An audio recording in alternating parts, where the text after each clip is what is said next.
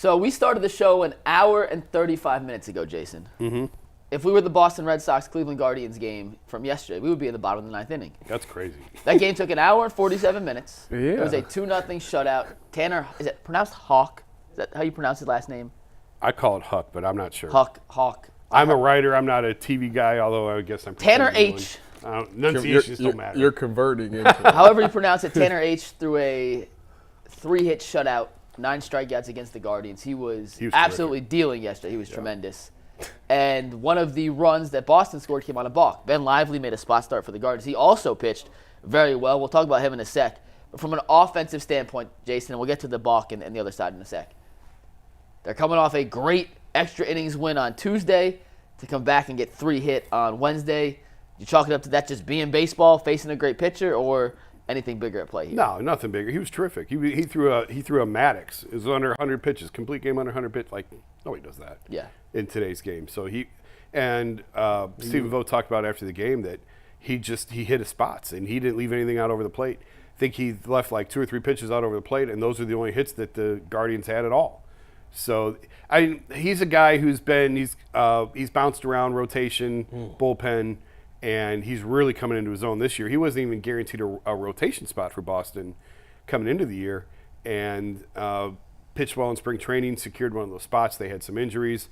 And I think he's got 21 strikeouts and 2 walks now in April. He's been really good. He's been off to. That's phenomenal. Their rotation's been great. They took a lot of heat. We were talking about with Bull the other day. They took a lot of heat when they traded Chris Sale to Atlanta. They didn't do anything this offseason. No, for a couple of years now, they really haven't. They're going the Cleveland 1990s route. They're signing their guys to long-term extensions. They got Brian Bayo, their starter. They locked him up. Their center fielder, they just locked him up. So they're trying not to go the free agent route and build from within. And Houck is one of those guys. And, he's off to a tremendous – he had a great day. Tip of the cap to him. Yeah. It happens. Ain't nothing you can say. If the pitcher's on, Let's talk about from the flip side then. Ben Lively got the spot start for the Guardians. 5 innings, gave up 2 runs, 3 hits, 7 strikeouts. But the real thing we need some clarification on, Jason, was the first run he allowed, which came via a balk in, I think it was the 5th inning. Yeah. And Stephen Vogt spoke about it after the game. We have the video of it. But, Jason, will you explain to people who may not understand the exact rule why what Ben Lively did yesterday was actually a balk, even though it looks not that bad in the grand scheme of things? There's a stupid rule in baseball that you have to declare if you're going to pitch out of the windup or out of the stretch. And with the runner at third, Lively went back to the windup and didn't declare it, and therefore it was a balk. We'll listen to Vogt, and then I'll tell you why this is the stupidest rule and why baseball has to fix this. Tag board is not working at the moment, so Jason. Oh, all right. You can paraphrase what Vogt said. Well, Vogt basically said that they were told that he didn't declare whether or not he was coming out of the windup or out of the stretch. With the runner at third, he went back to the windup, so they called it a balk. What's stupid about this is go back and look at what Nestor Cortes did against the Guardians at home the other day. Like, he's just a trash-ass pitcher. I don't care what anybody says. Nestor Cortes is a trash-ass pitcher. And he does these stupid motions on the mound to try and throw off batters' timings because he's not good enough to just beat them straight up. So he does stupid things like kick his leg and fake a throw and then actually throw it. And that's okay. That's not a balk. But if you don't declare, if you don't tell the batter what you're going to do, wind up or stretch, that is a balk. I love baseball. I've loved baseball my entire life. It was the first love sport I have. But some of what baseball does is so ass backwards and stupid. I can't wait for Rob Manfred to leave. He has been terrible for the game. Here's the Lively. And here's Lively coming out of the stretch, and he didn't declare it, so that's a balk. He did nothing wrong. Nothing wrong. He looked at third. There's nothing wrong with that. Nothing about his motion was a balk. It's just the fact that he didn't declare. It's stupid. It's a stupid rule. If you're going to make him do that, then tell Nestor Cortes to knock that shit off and pitch like every other man in baseball pitches and try and beat him straight up with this stuff. It's stupid. Tyvus? I'm flabbergasted, actually. That was a great pitch. That was a great pitch. Yeah. Gosh. Hit a spot. Find the Cortes if you can, guys. I'm sorry. I probably should have sent it to you. I wasn't really thinking about it. What does he do? Just search Nestor Cortes. I'll send it to you in 1 second. He does all kinds of stupid stuff on the mound where he'll fake a leg kick and kick 2 or 3 times, then he fakes the throw, and then he hurries up and throws because he knows he's a trash-ass pitcher who can't get major leaguers out with his stuff. So he does stupid stuff like this. Is it effective? Sometimes. He was an all-star last year. He's a trash-ass pitcher. Hey, I just sent you 2 different angles of it. Because he does stuff like this. Well, it's... Wow. And he'll pull it up in a sec. Yeah, the one he did against Cleveland over the weekend was by far the craziest. He literally threw a fake pitch, which That's not a balk, though, in baseball. Look at this. Watch this. No balk. Nope, that's not a balk. That's legal. That's legal.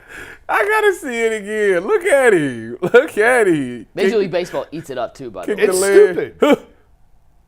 Just make your pitch. Just make your pitch. Nope, not a balk. That's not a balk. Look at this. Nope, not a balk. Nope, you can do that all day. Keep Look the foot at up. this. Do it all day. Not to defend him, Trash. that is impressive balance. Trash. Impressive balance. Trash. Man up and throw the pitch. So he can't put that foot back down? No. Oh, that is pretty. Come on now. That's talented. That's talented because he can stand on one foot? Yes. That's talent? Yes. Can you do it? And you don't even drink. I know. If you've been drinking, it's hard to stand on one foot. If you ain't drinking, you ought to be able to stand on one foot. That man foot. can pass the sobriety test easily with flying colors. Trash-ass pitcher. Lively balks in a run, then the catcher Wong hits a home run. There's your 2 runs. The game was over, lightning speed. It was actually very comical. Me and Ant this morning went through and watched Major League Baseball's recap on YouTube. They put that little recap together. Yeah.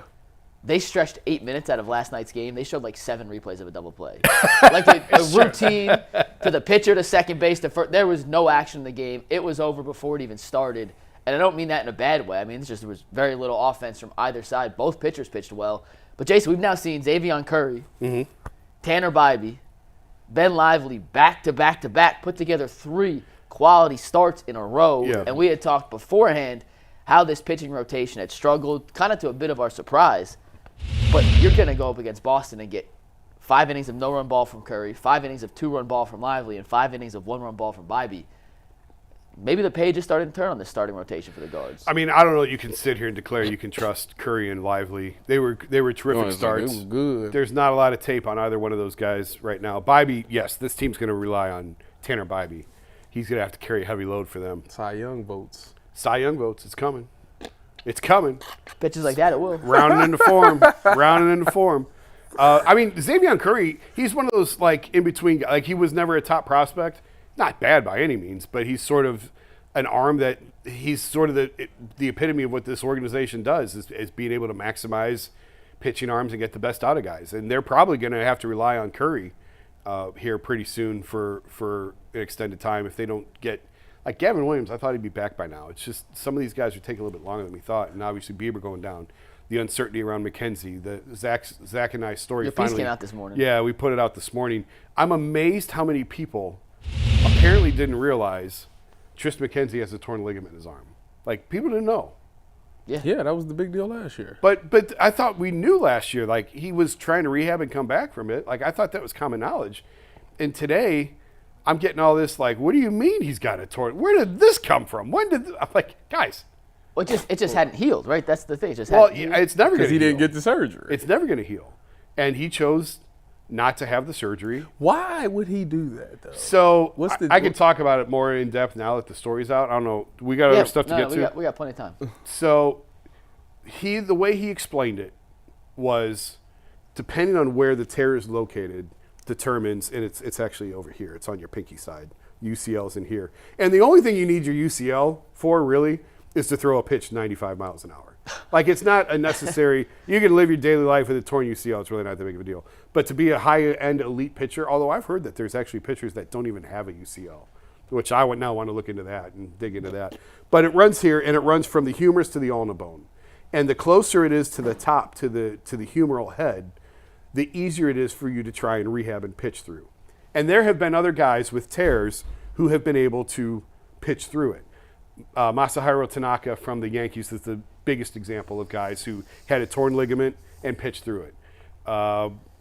Aaron Nola from Philadelphia has a torn ligament. He's pitched with it for 8 years.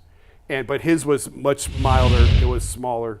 From what we're gathering, it wasn't as big of a deal. And Nola actually came back throwing harder. So Nola was diagnosed in, I think it was 2016, in like July or August. They shut him down for the rest of the season. And he used that as an opportunity to activate his legs more and use his legs more in his delivery. worked on leg strength, sort of overhauled how he trained, and he came back throwing even harder despite the tear. That's not been the case with Triston. Triston is throwing much lighter, much softer. And there's 3 areas where a torn UCL will really impact you, and it's velocity, location, and pain. There's pain. So all the things. All the things you need. Right. So now if you pitchers that only experience 2 of the 3, we'll try and pitch through it. If you can handle the pain, if it's a pain management thing, and you can handle the pain, and you have the velocity but not so much the location, you try and work around it. If you don't have pain, which is Triston's case, Triston does not have pain. I said, does it hurt? He said, no, not at all. So, but he's got lower velocity, and his command hasn't been as good. His location is down this year. He's not getting guys to chase out of the zone like he did a couple of years ago. So he's trying to pitch through 2 of the 3 because he doesn't have pain. Mm-hmm. Tony Gonsolin's another example from the Dodgers, who was diagnosed last year with all they were saying was an elbow injury. He didn't take rest or rehab. Like Triston was shut down for a couple months last year, tried to rehab it. Gonsolin pitched through it as long as he could. And Gonsolin, when he was diagnosed, had a 1.93 ERA. And when he finally shut it down in August, his ERA was over 7. He just couldn't do it anymore. Yeah. And we'll see. I mean, Triston, this was the biggest decision of his career, of whether or not to have the surgery or not, because he didn't have a contract. Like he's arbitration eligible, but he doesn't have a long-term contract. He was probably hours from signing in spring training last year before the shoulder injury surfaced. Can I ask you a question about that real quick? Yeah. Was it really hours away? Yeah, like that day. I mean, like that day. That day, and that's more Zach's reporting on that than mine. I don't want to take credit for Zach, but we were in Arizona talking about it, and Zach thought it was going to come down like that day, and then that's when the shoulder started barking. Like Zach was getting ready to try and put the numbers together on this and try and break this, that McKenzie and the Guardians were agreeing to an extension, and then that's when this came down with the shoulder injury. And then, I mean, Triston's had a lot of injuries in his career to begin with, and then the shoulder starts flaring up, and then the offer disappears. That's how it works. And now he's got this elbow thing, so he hasn't even signed long-term yet. So, my point, and I told him this, I said, I'm surprised you didn't have the surgery because Tommy John's, everybody has Tommy John surgery now. So take the surgery. He would have missed last year and probably most or all of this year realistically. And then he would have been back next year ready to go. And he would have had 2 years left before he hits free agency. Now, if he has to shut it down at some point this year, he'll miss this year and all of next year. And he'll have just 1 year before free agency. And he said, like, yeah, of course I, considered the contract, but you have to live in the moment. Yeah. And he did what he thought was best for him. He consulted with 3 different doctors, and the team leaves it up to the player. It's the player's call, whether you're going to try and pitch through it with rehab or whether you're going to have the surgery. And he did tell us, Triston told us that he talked to one doctor, outside consultant, who said have the surgery. And then there was other doctors who felt like he could maybe rehab and pitch through it. He chose to rehab and try and pitch through it. And he said, like, hindsight's 20/20. He's standing by his decision. And hopefully the velocity comes back a little bit, and hopefully he can get back to being the pitcher that he was. Obviously, it's early. The first few starts have not gone well for him. And we was talking on Tuesday. Didn't y'all say that it's somebody that's got to get sent back down because they need a roster spot for somebody? Oh, that was to get through this little band stretch here. Yeah. Mm-hmm. They made a trade yesterday, too. Yeah, Angel Martinez went on the 60-day deal. They picked up a guy from the Padres just for cash, for money. So, McKenzie stuff is fascinating, though, because he is such a key cog in what you would hope would be their rotation this year. You lose Bieber, so, okay, you're down 1. Gavin Williams, he'll be back at some point, but we haven't seen him yet. Bibby and Allen haven't been as you would expect so far. Carrasco, I mean, dare I say, he might be their most reliable starter. He on the mound today. Like, not that it's – and he's on the mound today going against Brennan Bernardino, who has like a 1.69 ERA, a guy I'm unfamiliar with personally, but – sub-2 ERA versus Cookie Carrasco, like. What's Cookie's ERA right now? Isn't the high threes, right? He got knocked around a couple. Yeah, he got hit early by the Yankees, but then he settled in and hung around. I don't know what his ERA is. I don't know. But either way, like they have a chance today to win a series against the Boston team when you went up against their best pitchers and you had your not best pitchers, which would be in the grand scheme of things, I know I'm it's not still sure who their early. best pitchers are right now, frankly. Well, I can assure you it's not Curry and Lively, at Right, least on paper. right. And you got 2 wins in a series where those 2 pitched too, and you We got don't- Carlos Carrasco being as your We don't your know. third or fourth We don't starters. know that to be true. He has a 3.5 ERA right now. That's very solid. I guess you're right. We don't know it to be true, but on By the end paper, of this year, they could be. It's just wild It'd that be a shame, but Carrasco was brought back here as a feel-good story and as a, hey, we've got 1 spot in the bullpen left. You know, And- maybe you can claim that bullpen spot. and he To started now his on third, April 18th, and it's was his 4th game. clinging to Cookie Carrasco to hold this rotation together. It's unbelievable. It's baseball, man. Thank God we are hitting the ball well this not year. yesterday. Not the yesterday. bullpen, Jason's been surprisingly really good too. I mean, Yeah. everyone they've put out there, they got hit up a little bit on Tuesday, but for the most part, this bullpen, which had a ton of question marks coming into the season, has been really, really, really reliable. And Henches hasn't come back yet. He's a big piece to what they do, another big left-hander. Yeah, they've been great. Like, Beatty has been – they've got Lively, Bybee, and Beatty. Like, Yeah. You got to be careful, trip over the names. Lively, But they've had some surprise contributions from guys. Clase's been solid. Barlow had the Barlow's 2 been nights up and ago. down. Yeah, he's been a little shaky. He's making a lot of money. Tanner So, Morgan. I did have one more question about the Guardians. They Yeah. played Arias. He's starting at third base today. yeah. He's played shortstop and he's played center field in the series. He's hitting, so they're going to keep him in the lineup. But Right. were you aware he had this kind of positional yeah. and defensive versatility? Yeah, he's an incredible athlete. He's probably their Jimenez would be their best defensive shortstop if he played short. Obviously, he's a platinum glove at second. I thought for a minute that they may move Jimenez to short after last season because it's easier to fill second than short. But Arias is, if Arias continues to hit like this, I think he will be the everyday shortstop. This is what they were waiting for last season. They've been begging for Arias to grab hold of the shortstop job, and he just wasn't doing it. And so they went to Rocchio. But if Arias figures out major league pitching, and if he can continue to hit like this, he's got an absolute hose for an arm. He's great defensively. He should be the shortstop over Rocchio, but he just hasn't hit. So